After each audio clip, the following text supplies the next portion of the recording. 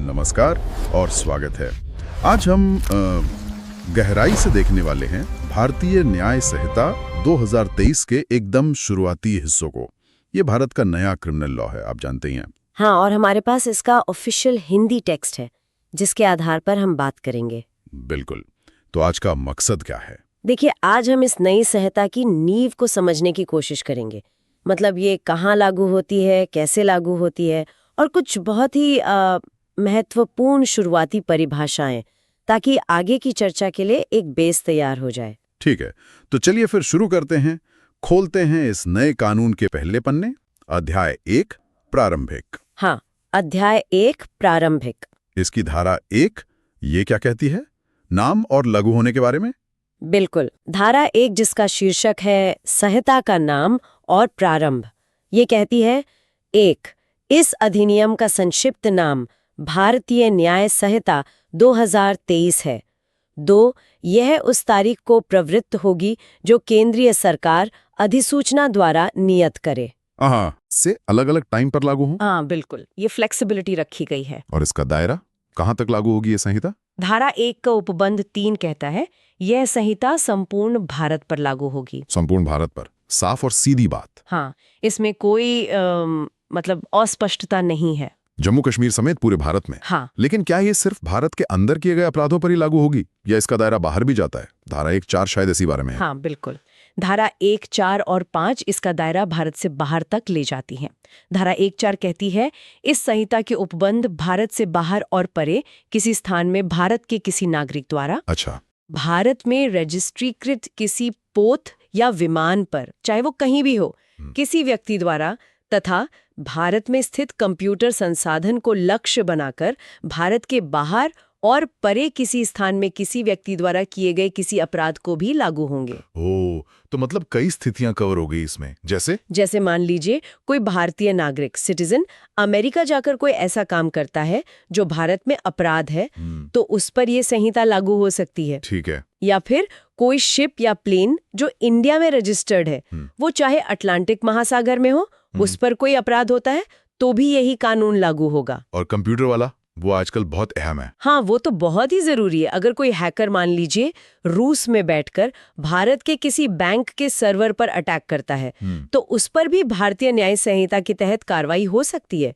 ये दिखाता है कि कानून अब ज्योग्राफिकल बाउंड्रीज से आगे बढ़ रहा है। ये तो बहुत महत्वपूर्ण बात है, खासकर साइबर क्राइम के मामलों में।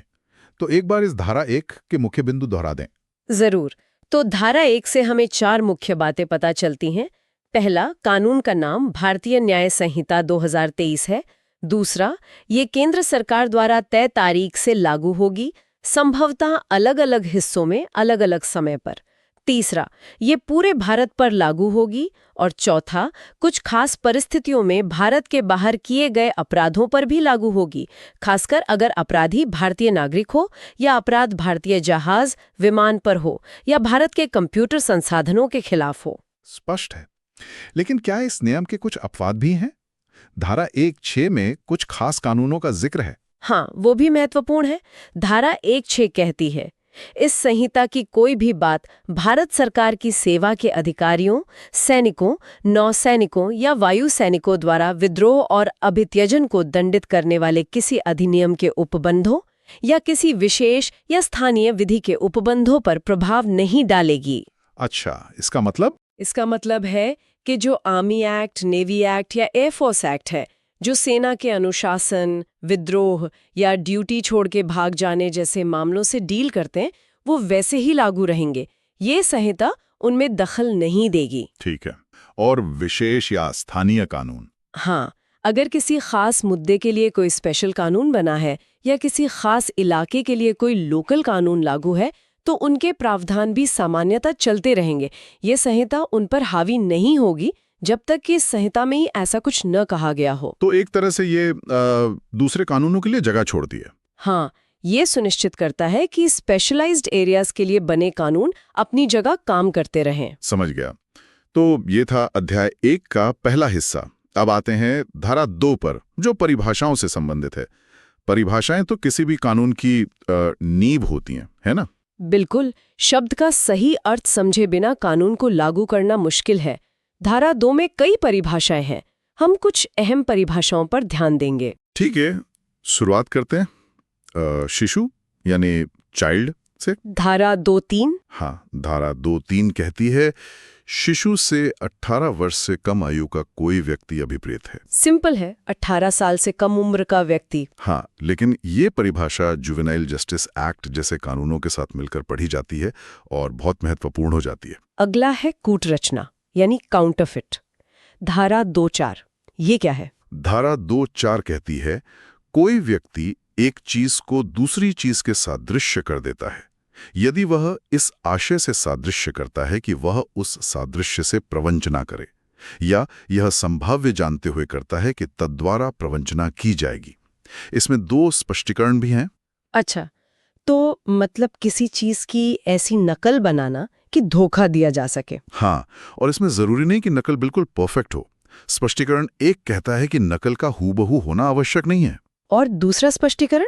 स्पष्टीकरण 2 कहता है कि अगर नकल इतनी मिलती जुलती है कि किसी व्यक्ति को धोखा हो सकता है, तो ये माना जाएगा कि बनाने वाले का इरादा धोखा देने का था, या वो जानता था कि धोखा हो सकता है जब तक कि वो इसके उलट साबित न कर दे। जैसे जाली नोट बनाना। बिल्कुल, जाली नोट बनाना कूटरचना का एक क्लासिक उदाहरण है।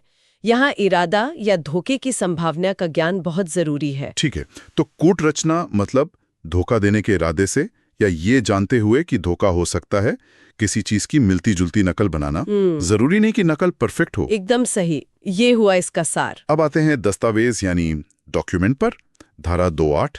ये परिभाषा तो काफी व्यापक लगती है। हाँ, ये बहुत महत्वपूर्ण है, खासकर आज के डिजिटल युग में।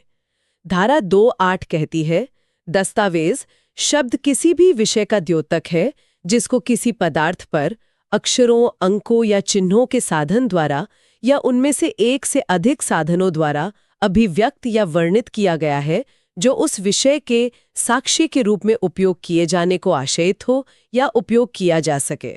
इसमें तो बहुत कुछ आ गया है, सिर्फ कागज ही नहीं। बिल्कुल नहीं। देखिए, इसमें उदाहरण भी दिए हैं, जैसे कोई लेख, मुद्रित या फोटोचित्रित शब्द, मानचित्र या रेखांकन, धातुपट या शिला पर उकेरा लेख, कोई व्यंग्यचित्र, ये सब दस्तावेज हैं। पत्थर पर लिखा लेख भी। हाँ, और सबसे जरूरी बात जो इसमें जोड़ी गई है वो है इलेक्ट्रॉनिक और डिजिटल रिकॉर्ड। परिभाषा कहती है इसमें इलेक्ट्रॉनिक और डिजिटल अभिलेख भी सम्मिलित हैं। तो मतलब ईमेल, कोई वर्ड फाइल, कंप्यूटर लॉग्स, ये सब। हाँ, ये सब अब कानूनी तौर पर दस्तावेज हैं। ये दिखाता है कि कानून कैसे टेक्नोलॉजी के साथ चल रहा है। तो दस्तावेज का मतलब हुआ किसी भी पदार्थ पर अक्षर, अंक या चिन्ह से बनी कोई भी चीज जिसे सबूत के तौर पर इस्तेमाल किया जा सके। इसमें इलेक्ट्रॉनिक और डिजिटल रिकॉर्ड भी शामिल है। बिल्कुल, ये इसका निचोड़ है। आगे बढ़ते हैं। बेईमानी से, डिसऑनेस्टली। धारा 2(7). ये क्या है? धारा 2(7) कहती है कोई व्यक्ति बेईमानी से कोई कार्य करता है, यह तब कहा जाता है जब वह उस कार्य को इस आशय से करता है कि एक व्यक्ति को सदोष अभिलाभ कारित करे या अन्य व्यक्ति को सदोष हानि कारित करे। सदोष अभिलाभ और सदोष हानि। हाँ, मतलब रॉन्गफुल गेन और रॉन्गफुल लॉस। हाँ, यानी गैर कानूनी तरीके से किसी को फायदा पहुंचाना या किसी को नुकसान पहुंचाना। गलत तरीके से मतलब जिसके आप कानूनी हकदार नहीं है। तो चोरी, धोखाधड़ी जैसे अपराधों में ये बेईमानी का इरादा साबित करना पड़ता होगा। हाँ, संपत्ति से जुड़े कई अपराधों में ये एक अहम तत्व है। इंटेंशन महत्वपूर्ण है। ठीक है, तो बेईमानी से मतलब किसी को गलत तरीके से फायदा या नुकसान पहुंचाने के इरादे से काम करना। सही। अब आते हैं लिंग यानी जेंडर पर। धारा 2(10). इसमें क्या नया? धारा 2(10) कहती है लिंग शब्द के अंतर्गत वह, सर्वनाम और इसके व्याकरणिक रूप पुरुष और महिला के साथ साथ उभयलिंगी का भी उल्लेख करने के लिए उपयोग किए जाते हैं। इसमें transgender persons protection of rights act 2019 का भी जिक्र है। तो ये कानून को और ज्यादा इंक्लूसिव बनाने की कोशिश है। हाँ, ये स्पष्ट करता है कि जहां भी वह ही लिखा है उसमें वह, शी और ट्रांसजेंडर व्यक्ति भी शामिल माने जाएंगे। ये लैंगिक समानता और पहचान को मान्यता देने की दिशा में एक कदम है। ये महत्वपूर्ण बदलाव है। हाँ, ये दिखाता है कि कानून समाज के साथ विकसित हो रहा है। अगला शब्द है सद्भावपूर्वक यानी गुड फेथ। धारा 2(11). धारा 2(11) कहती है कोई बात सद्भावपूर्वक की गई या विश्वास की गई नहीं कही जाती, जो सम्यक सतर्कता और ध्यान के बिना की गई या विश्वास की गई हो। तो इसका मतलब सिर्फ अच्छा इरादा काफी नहीं है, सावधानी भी जरूरी है। बिल्कुल। ड्यू केयर एंड अटेंशन यानी उचित सावधानी और ध्यान रखना जरूरी है। अगर आपने लापरवाही बरती है तो आप ये नहीं कह सकते कि आपने काम सद्भावपूर्वक किया है। ठीक है, यानी सद्भावपूर्वक इज इक्वल टू अच्छा इरादा प्लस उचित सावधानी और ध्यान। परफेक्ट। अब क्षति यानी इंजरी, धारा 214, इसका दायरा क्या है? ये परिभाषा भी काफी व्यापक है। धारा 214 कहती है, क्षति शब्द किसी व्यक्ति के शरीर, मन, ख्याति या संपत्ति को अवैध रूप से कारित किसी भी अपहानि का द्योतक है। शरीर, मन, ख्याति या संपत्ति, चारों चीजें शामिल हैं। हाँ, तो शारीरिक चोट तो है ही, लेकिन मानसिक आघात पहुंचाना, किसी की इज्जत खराब करना, डिफेमेशन या किसी के प्रॉपर्टी को नुकसान पहुंचाना, ये सब कानूनी तौर पर क्षति माने जाएंगे। ये अहम है कि मन और ख्याति को भी शामिल किया गया है। हाँ, ये दिखाता है कि कानून सिर्फ फिजिकल नुकसान तक सीमित नहीं है। अब बात करते हैं न्यायाधीश यानी जज की। धारा 216, कौन होता है न्यायाधीश इस परिभाषा के अनुसार?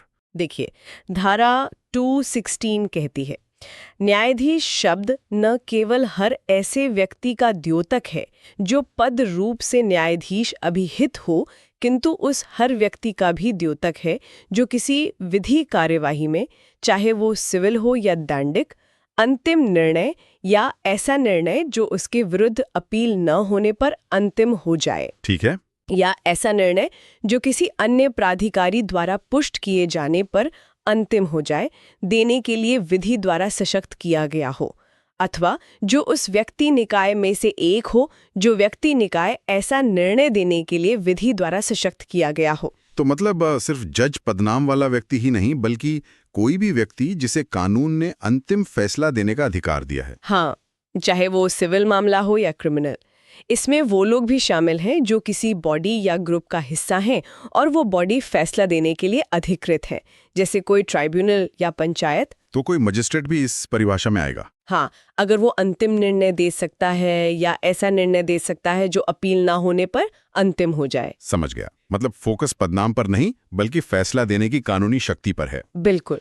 अब वो परिभाषा जो काफी लंबी है, लोकसेवक यानी पब्लिक सर्वेंट, धारा 228, इसमें कौन कौन आता है? ये तो बहुत बड़ी लिस्ट लगती है। हाँ, लिस्ट लंबी है, लेकिन इसे कैटेगरीज में समझ सकते हैं। धारा 228 में कई खंड हैं। इसमें मोटे तौर पर कौन आते हैं? पहला तो है सेना, नौसेना, वायुसेना के हर कमीशन्ड ऑफिसर, फिर हर न्यायाधीश। हाँ, फिर कोर्ट के ऑफिसर्स जिनका काम जांच करना, रिपोर्ट देना, दस्तावेज रखना या न्याय प्रशासन में मदद करना है। जूरी सदस्य, एसेसर या पंचायत सदस्य भी। हाँ, अगर वो कोर्ट की मदद कर रहे हों। फिर कोई मध्यस्थ, आर्बिट्रेटर जिसे कोर्ट ने मामला सौंपा हो। और वो लोग जिन्हें किसी को कैद में रखने का अधिकार है, जैसे जेल अधिकारी। हाँ, और सरकार के वो सभी अधिकारी जिनका काम अपराध रोकना, सूचना देना, अपराधियों को न्याय के लिए सौंपना या लोगों की सेहत, सुरक्षा और सुविधा की रक्षा करना है, यानी पुलिस वगैरह। सरकारी अधिकारी जो सरकार की तरफ से प्रॉपर्टी रखते हैं या सर्वे, असेसमेंट करते हैं या टैक्स लगाते हैं, वो भी। हाँ, और वो अधिकारी भी जिनका काम सरकार के आर्थिक हितों की रक्षा करना है, जैसे सरकारी कॉन्ट्रैक्ट्स वगैरह देखना। चुनाव कराने वाले अधिकारी, मतदाता सूची बनाने वाले, वो भी लोक सेवक है। और फिर एक व्यापक कैटेगरी है हर व्यक्ति जो सरकार से वेतन, फीस या कमीशन पाता हो और कोई सार्वजनिक कर्तव्य, पब्लिक ड्यूटी निभा रहा हो। इसमें तो बहुत लोग आ गए। स्थानीय निकाय जैसे नगरपालिका के कर्मचारी, सरकारी कंपनियों के कर्मचारी, ये सब। हाँ, ये सब लोक सेवक माने जाएंगे। इतनी लंबी परिभाषा क्यों? इसका उद्देश्य है कि जो भी व्यक्ति पब्लिक पावर इस्तेमाल कर रहा है या पब्लिक ड्यूटी कर रहा है, उसकी जवाबदेही तय हो सके। इन पर खास जिम्मेदारियां होती हैं और इनके खिलाफ अपराध जैसे रिश्वत लेना ज्यादा गंभीर माने जाते हैं।